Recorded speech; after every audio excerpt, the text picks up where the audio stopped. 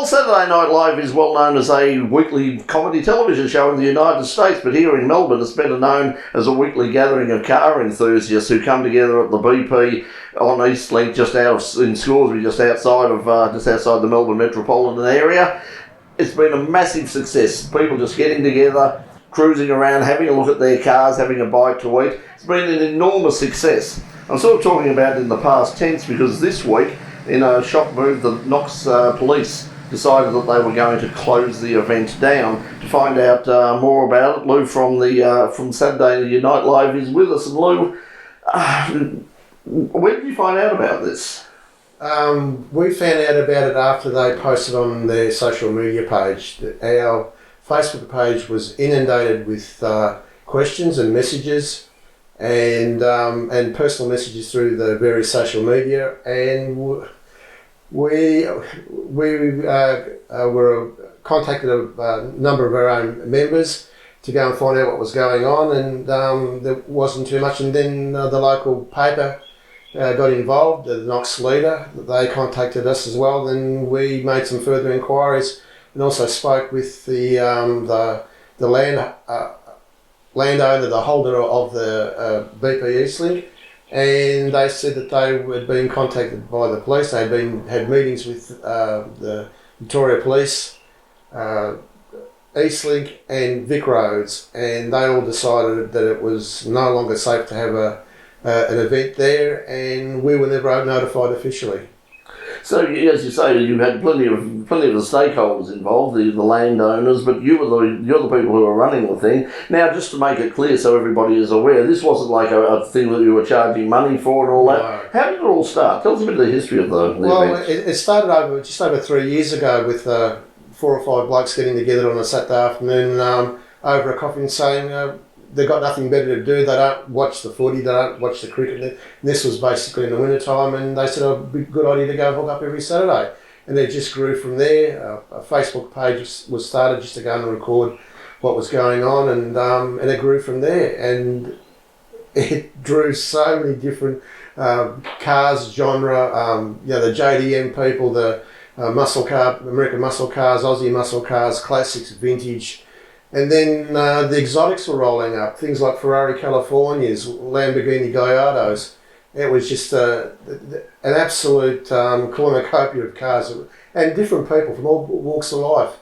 Yeah, that was the thing, wasn't it? I mean, the few times that I went to it, the surprising thing was it wasn't just a hot rod show, a custom car street machine show. As you say, there was a wide variety. There were historic cars, there were classics, there were exotics. There was a little bit of everything. Lots of families there. Had there been any trouble in the past couple of years that might cause the police to want to shut it down? No.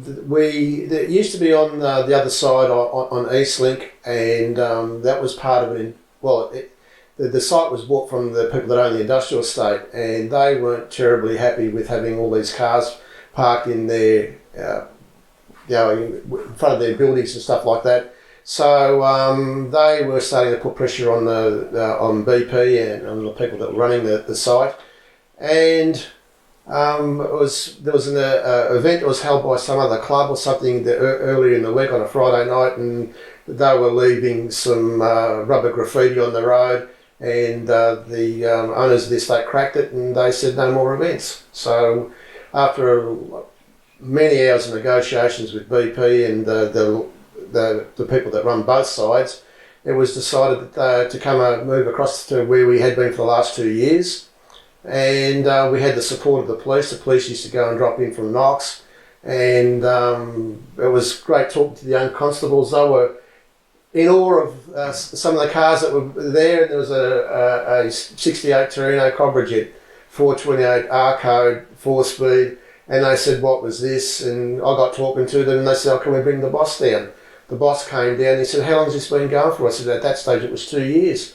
And he said, we hadn't heard a thing, there's never been any trouble. So over about 3-4 weeks ago, there was an incident with someone having a drink. Was told by the security guard that there's no drinking there. There was a verbal altercation, for want of a better word, and so the police were called, and that's what started the demise very quickly. So that was one person out of how many people would you get on a top night like that? I mean, particularly in the summertime. In the summertime, it's literally thousands that come through during the course of the night. Cars come and go. People come for a couple of hours and then they move on, and it's just a constant stream of this wonderful kaleidoscope of vehicles. Well, you know where they're coming from. I mean, they're coming back from the Australian Drag Racing Nationals at Calder Park on the weekend. You know, about 4 or 5 custom cars, beautiful cars, went past me on the freeway, and I instantly knew where they were going. It's just, it has become a real magnet for all of the car enthusiasts. The thing is, with it becoming so bigger, is that really the problem? Can you understand that because there are so many cars there that it was going to cause a problem? Well, we understood that there was going to be a problem, but the BP employed security guards to actually go and manage the traffic. They were putting out cones near the bowsers to stop people from parking at the bowsers, and they were also supposed to go and manage it. And that fell down, and that was a great contributor to what was going on. I'm sure that it could have been managed by them better and with the cooperation of the police. The fact that the police did attend a few weeks ago wanting to know why was this event on, and when they were told it had been going for it had been going for 3 years, they were shocked. And that was a testament to the people that were coming along. They're great ambassadors for the hobby. There were young kids with their Hondas and to the older folks with classic and vintage cars. And it's just a real shame to see what's happened to it. Now, the police have asked people not to attend, and you've basically asked people not to attend for this week. But there's a lot of people out there, and I can understand their anger, but some of them are now saying, we're turning up. I mean, we're parking there and we're turning up regardless. Would you advise against that? I would say that let things cool down for a while. We're desperately trying to find another venue. We'll be talking with some other people. But the problem for us is, that venue was ideal. It had everything. It was basically simply located. It was ease of access in and out of the place. There was food there. There was amenities there. And to go and find another place like you've got like a McDonald's and everything. Yeah. There's toilets there. There's great lighting. I mean, it just looked magic. When the sun went down, the whole thing looked absolutely magic. The lighting is the other issue. We've been contacted over the last day or so by people suggesting going to some of the Masters places and that, but there's no lighting there. That would only be a temporary fix because most of those sites are being sold off. And so what we're looking for is a more permanent site and maybe have a different style of event. There's still a lot of discussion to be had, and we're just trying to work our way through the various options. So if there's anybody out there who thinks they might have a suitable event around, a suitable venue around Melbourne, I mean, what specifically are you looking for? We're a place which is sealed. There's good lighting. Hopefully that there's toilets and things like that. And we would entertain the idea of having maybe a couple of food trucks come along or something like that. But we'd certainly like a good open space with good lights and ease of access. Well, it sounds like a great opportunity. I mean, it was such a successful event. And I suppose one of the reasons it was successful is it was organic. It was something that wasn't imposed on the community. It's something that the community decided, hey, this is a really fun thing, and they had a sense of ownership of it. And I suppose that's the disappointing thing, because now if you move into another venue, it might be a paid venue, might have to start charging people. There might be restrictions that are going to leave people sort of going out and going to other events or other areas where they're not going to be supervised, and they might start doing something silly. Well, that's the fear for us is that we none of it was an all volunteer effort. The photographers devoted a great deal of time. One or two people, Peter, who was the instigator and the catalyst for all this happening, put a lot of hours in. He spent countless hours, dozens of meetings with various stakeholders to ensure that this went along. BP were very happy. The fast food outlets were very happy with what was going on. It was just one of those. It was a happening. It wasn't an event. It was just a happening.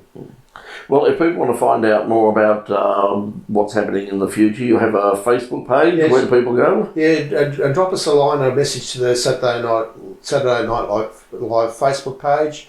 and we'll go from there. We're more than happy to go and discuss whatever is presented to us. So is the conversation with the Knox Police over? Have you had a chance to speak to them at all, or are they just wiped it completely? We haven't spoken to them, and we don't have any intention. We're actually looking for somewhere outside of the Knox area. There's been issues recently, and with other events that have been held in the area, and we just don't want to antagonise it any further. Okay, well, let's hope that it gets up and running, because it has been a fabulous thing, and a beautiful Saturday night. We've got some lovely weather at the moment, and just to be able to cruise down there, grab a burger, grab a cup of coffee, whatever, and just wander around, talk with like-minded individuals, have a look at some amazing-looking cars. It was a great night out, and it's such a shame that perhaps one person or a couple of people have ruined it for everybody else. But hopefully we can find a new venue and something that's central and accessible to all. We are certainly working on it. It will be in the southeast. There has been suggestions that maybe the other side of town. It started here.